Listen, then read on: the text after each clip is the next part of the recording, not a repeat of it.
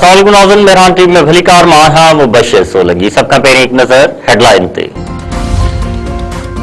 ISPR चयो आहे त दुनिया मां मिटाइण जी धमकी जुनून जी इंतहा आहे। उहा ज़हनी बेवालपणे जी अकासी आहे। अहिड़ी जाग्राफियाई तबाही ॿिन्ही जी थींदी। भारतीय आर्मी चीफ जे इंटरव्यू जे रद्दअमल में पाक फ़ौज जे तर्जुमान चयो आहे त पाकिस्तान एटमी ताक़त ऐं जाग्राफियाई जो तरदीद न थियण जोॻो हिसो आहे।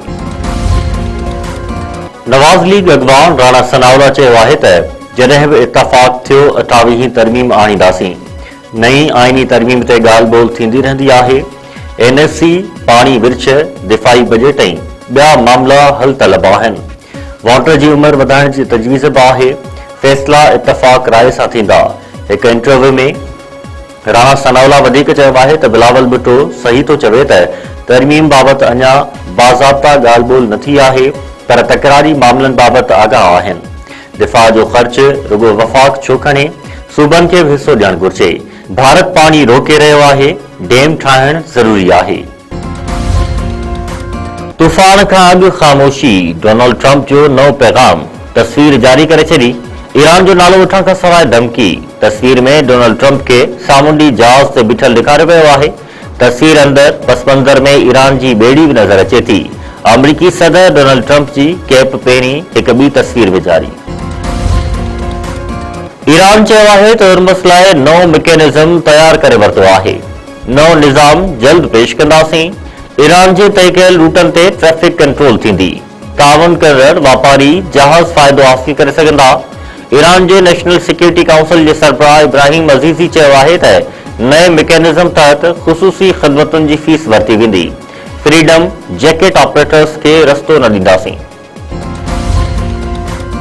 सिंध जे सीनियर वज़ीर शर्जील नाम चयो आहे त असांजो ध्यानु इलेक्शन न पर आवामी ख़िदमत ते आहे। फज़ल रहमान, पीर पागारो ऐं ॿिया गुज़िरियल इलेक्शन में बि गॾु हुआ। सॼी सिंध में तरक़ियाती कम थी रहिया आहिनि। कराची में मुख़्तलिफ़ मंसूबनि ते कमु हली रहियो आहे। कराची मुल्क जो वॾो शहर हुजण करे चैलेंजिस आहिनि।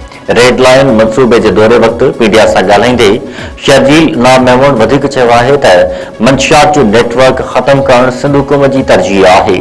पिंकी ज़हर विकिरो कंदी हुई। मीडिया खे दरख़्वास्त आहे त उनखे ग्लैमराइज़ न करे। सिंध जे 9 ज़िलनि में मकानी इदारनि जी 13 सीटुनि ते नंढी चूंड जारी। जामशोरो, दादू, सखर, घोटकी, नौशर फेरोज़, जेकाबाद ऐं मिरपुर ख़ास में वोटिंग पोलिंग जो अमल शाम 4 वॻे ताईं जारी रहंदो। इंतज़ाम सख़्त। समूरनि ज़िलनि में 73 पोलिंग स्टेशन मां 59 इंतहाई हसास करार।